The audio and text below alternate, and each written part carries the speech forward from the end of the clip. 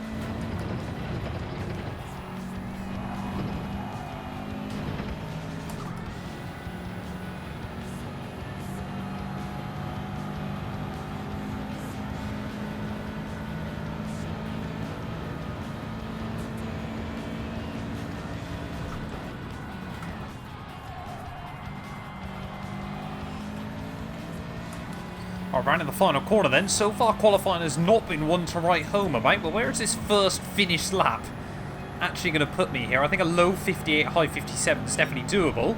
A 58 flat, yes please. That's better than anything I managed to do in practice by about a tenth of a second there, so very happy with that one. One lap in, and we've managed to put it on pole for now, but can we improve on this second lap? There was definitely still room for improvement there, especially through the first half of the lap. Not with a line like that, that's not going to help us out. And to be honest, the rest of the lap was pretty tidy. There's definitely the potential for sort of a mid to high 57. I think a sensibly nailed lap for me could be sort of a 57.7. But I mean, yeah, if we can take pole here, I mean, it's all about the slipstream around Monza, but starting from the front, I'm certainly not going to complain about, as we're another 10th up though. Let's not talk too soon. Let's try and really attack those curbs. Just nudge the gravel on the way out. But four-wheel drive, you know, this is a WRX after all. Get away with that. I'm really just trying to glide the car through the corners there. Trying to avoid using the AstroTurf, but again, trying to carry as much speed out onto the straights is, of course, the key to success here at Monza. But yeah, for now, no one seems to be able to get close to that time there. Fair play, Marky. Saying congratulations, or good lap even. And to you, mate. Certainly you've kept me honest, but can we improve and go just that bit quicker? Can we go sub 58? That would be the goal. A little bit wide there. I think that's going to put pay to it. And yeah, if we just attack too much on the curbs on the exit, that's going to be a half-second slowdown. And that is going to be qualifying done and dusted then here from Monza. Is that going to be a half-second slowdown? No, it's not, apparently. So we may as well just keep pushing in towards the final corner, all or nothing style. There we go. That's that's some understeer. Through the final corner though, yeah, that's going to be qualifying done and dusted. Pole position, 58 flat there, so half second clear of Mark. But now, of course, we've got the difficult bit, and that's trying to hang on to it over 10 laps. Right, well, here we are then on the grid, ready here in Monza. 10 laps ahead of us, though, should be about a 20-minute race. If, of course, things go all well here tonight. But Subaru front row lockout, myself on the pole, they're on a 58 flat, like we said. And then Mark joining us there on a 58.5. I'm hoping we can try and work with him early on in the race there. Ukrainian Anton in a P3 in the Subaru, and then yet another WRX in P4. Sorry, the Supra, not the Subaru, even I should say. Nissan GTR in P5 ahead of yet another Subaru in P6. BMW M4 in 7th place there, and then another Supra in P8. Love the livery on that car. Another Subaru in P9. It's certainly the car of choice this week, and yet another one rounding out the top 10 there. Renault Megane in P11, an interesting car choice for this championship. GTR once more in P12.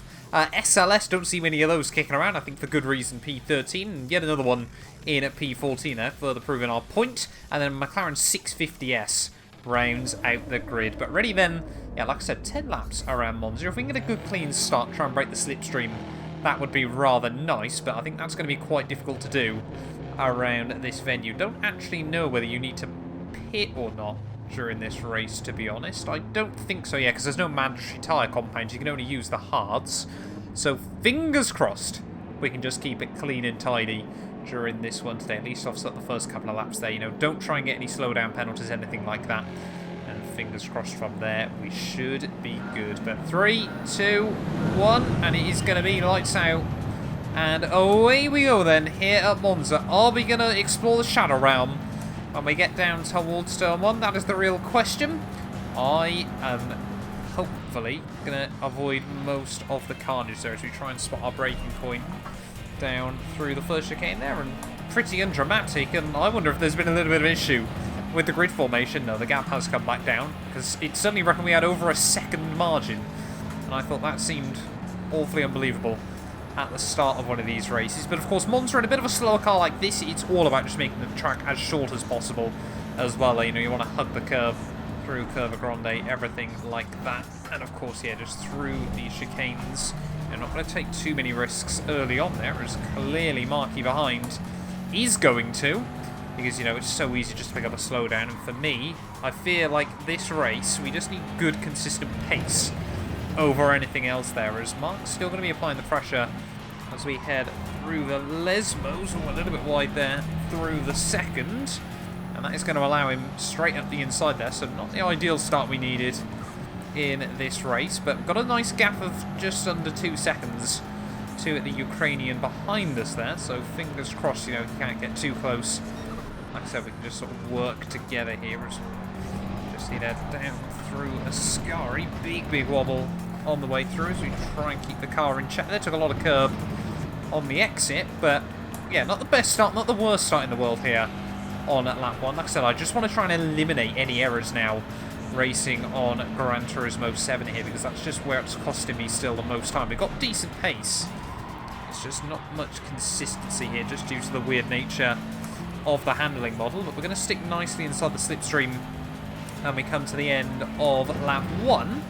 That's going to be the most important thing here as we cross over the start-finish line. We're still behind Mark, as Anton behind us pit, rather weirdly. And more than one of them have pit at the end of lap 1, so I don't know what's going on there. I fear I've missed a memo. See Mark already on lap 2 here, just trying to break the toe a little bit where he can as we head down towards Ascari. Not going to get close enough to really go for anything at the moment. In fact, he's actually quite brave on the brakes in comparison to me there, as you can just see, missed the apex slightly that time round. Get a good run off the corner exit. Might be able to have a bit of a look down in towards the final corner here. I think he's just going to try and cover the inside. So we will just have a look to the outside there, but keep him pinned towards that inside curve. And of course we'll jink out right towards the end of the straight. Try and just let him have the apex and do the old up and under if possible. No, we just didn't quite get on the throttle as early as I needed to there. We have still got a good run though at the final corner, so it could still be a good battle as we head back down towards turn 1 here. But I mean, this is just like a homologation special between us two. Identical cars, identical track, obviously everything like that. It is like a Spec series as we head back down towards turn 1 here, approaching 150 miles an hour. We are just going to let him have it on the brakes. Is he going to compromise his exit, though, through turn 1? That's the real question. Yes, he is. I don't get the best run, though, off the exit, so we are going to be side by side as we head through Curva Grande here. And who is going to come out on top in this situation? Of course, he's going to have the shortest run up towards turn 4, but I'm still going to have the inside line, though. And that could be the difference maker in this one. It's still side by side we go. I'm going to try and give him plenty of room on the outside there, and look at that, just said how much more confident he seems to be on the brakes. Clean around the outside there, the confidence just to cut in at the last minute, and fair play to him. He's a brave man, but a quick one all as well.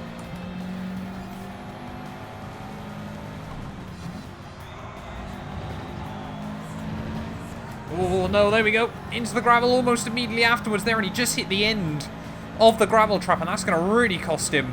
As we head down the back straightaway, it means he's pretty much immediately going to lose about 7-8 tenths of a second.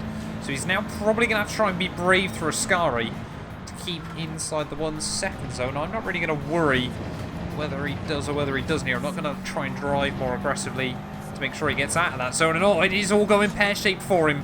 Immediately now the gap up to 2 seconds there as he's going to be actually jumped by the Italian just behind there. I think he's in the Supra, isn't he? So yeah, I mean, that's all kind of falling into place for me early on. We're only on that 3 of 10 here, and I mean, they could easily try and work together to slipstream back up towards the front. But yeah, we've done everything we needed to early on here, and now we've got a bit of a gap. Let's see if we can try and hang on to it. Don't know really how good that Supra is round here, but we'll find out soon, as he's pit as well. So I wonder if we have got a pit once during this race. I'm going to wait to see if more people do. But yeah, I wonder if I've just missed something. There we go. End of lap 4, new fastest lap of the day. Yeah, we've got 2 Italians now behind us, but no one else seems to be pitting early on here. So I really don't know. More and more cars are, slowly but surely. But I still don't know whether you have to or not. I really don't know. I think if we sort of get into the end of lap 6, I feel like if I pit, I want to see the Italian behind me is kind of in the mindset of, well, if he pits, I will. If he doesn't, then I won't. But I really don't know whether it's... I mean, if we do pit, and we didn't need to, I'm the biggest moron in the world. If we do pit... if we don't pit, and I did need to, I'm also the biggest moron. Oh, God, that is the best line through the second chicane. Yeah, I'm also then the biggest moron in the world. I mean, Mark's back up to P8, so he's not that far away. But... yeah, I don't know still. I really don't know. Oh, I knew that would happen. I did worry through that chicane. I thought I'd taken just a little bit too much curb. I'm tempted just then to pit at the end of this lap after we've served the penalty, because we are actually losing a little bit of time to the Italian behind. But yeah, that's frustrating. Like I said, I just felt tipped it in that we might have just taken a bit too much curb there. It's difficult to really judge, to be honest, on Gran Turismo, sort of what you can get away with and what you can't. But yeah, we'll serve the penalty then down the back straight, and then, yeah, then we'll jump through the pit lane there, just so we don't have to worry about that between then and the end of the race. Like I said, we look like the world's biggest moron if you don't have to pit, but normally you do in these races. Luckily, I know with a 1 second penalty, down 2 years, and then you should be right towards the top of the rev range again. So yeah, he's going to get a whole lot closer. Sorry, he's in the BMW by the looks of it, not the Supra. He's thinking about having a look at the inside. Is it? Is it the BMW? No, it's... sorry, it's another WRX, isn't it? That's terrible. I don't even know what car I'm in. But we're going to come into the pits at the end of this one. I'm kind of hoping he's going to follow me in, to be honest, which he is. So there we go. We've kind of tried to use psychology there. We're going to take, obviously, tyres, but no need for fuel. And now it's just a case of, is Mark going to get the undercut on me just by virtue of the penalty we've taken? I mean, we should still come out around sort of P6, P7, P8, there or thereabouts. But yeah, we'll have to wait and see then as we head back out of the pit lane. More and more cars in. Has he jumped me? He has jumped me. How has he jumped me there? That's quite impressive. I'm guessing he didn't take tyres then, which, to be honest, I kind of see why. Probably didn't need to. Just make sure we keep it between the white lines. And yeah, now we've got a race on our hands then. Try and close back up. Because, yeah, he is not slow. We're seeing more and more cars slowly peel into the pit lane then, and we are taking a fair bit of time out of the Italian. Gap down back under 2 seconds there. We had actually got it down to about 1.5 before I made a bit of a mistake there, but still we got 3 cars at the front yet to pit, so I wonder if they're just going to try and go as far as possible, or they're just not going to.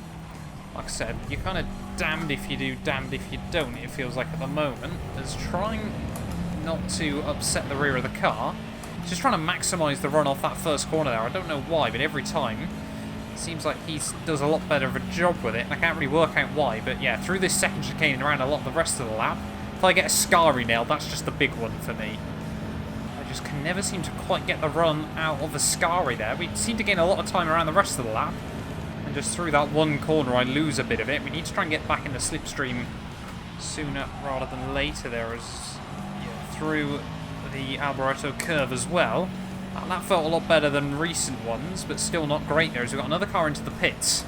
So people are slowly trickling in there. I think the top 2 are just going to stay out one, well, if they're not going to pit at all, as we haven't actually even got fastest lap anymore there. So it looks like X92 Vendetta, who's just dived into the pit lane there, went 15 thousandths of a second quicker. So that gives us even more motivation than to try and find this extra bit of pace. That was a lot of curve through turn 1, taking big risks at this stage of the day. But now, gap floating at that 1 second mark. It's going the right way, slowly but surely. This could end up being a last lap move for the win if we can get close enough. Italian there, not quite getting to the apex. He wants victory at his home race, and who could blame him? But are we about to upset?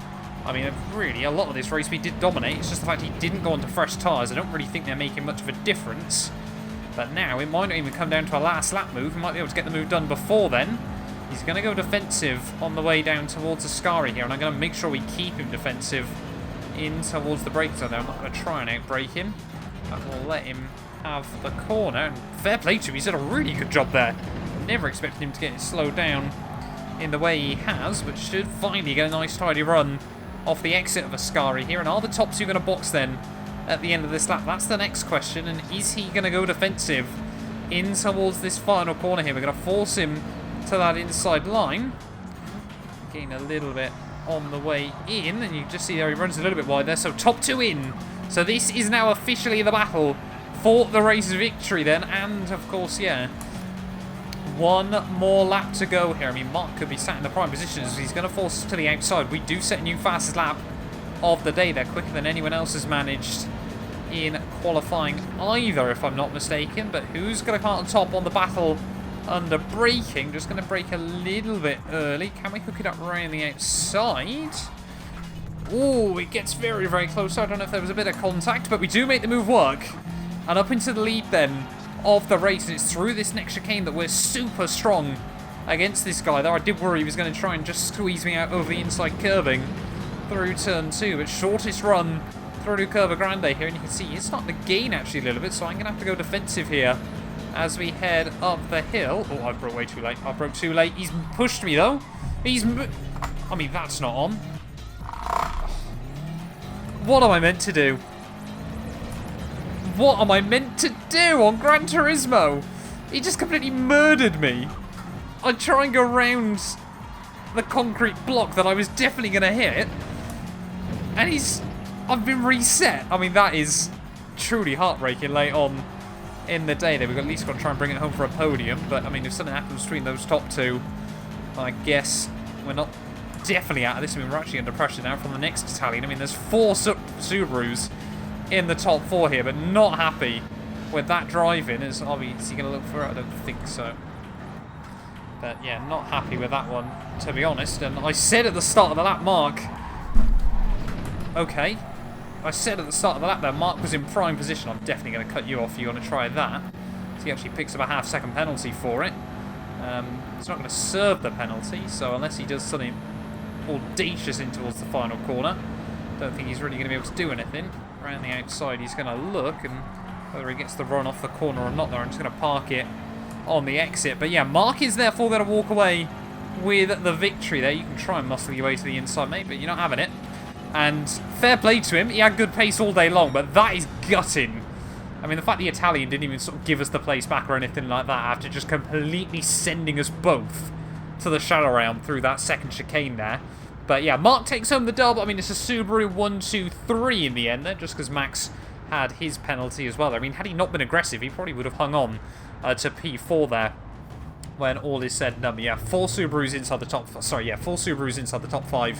1 Supra there in P4. I mean, actually a pretty close race between a lot of cars there. GTR ahead of the Ukrainian in P7. Another Italian in a WRX in P8 there with the SLS and the Renault Megane rounding out the top 10. Another SLS in P11 there ahead of the WRX, the M4, and then the 650S there with the second of the GTRs not making it through to the checkered flag. But yeah, thank you all so much for watching this video nonetheless. If you have enjoyed, please do make sure you leave a like, get yourselves subscribed.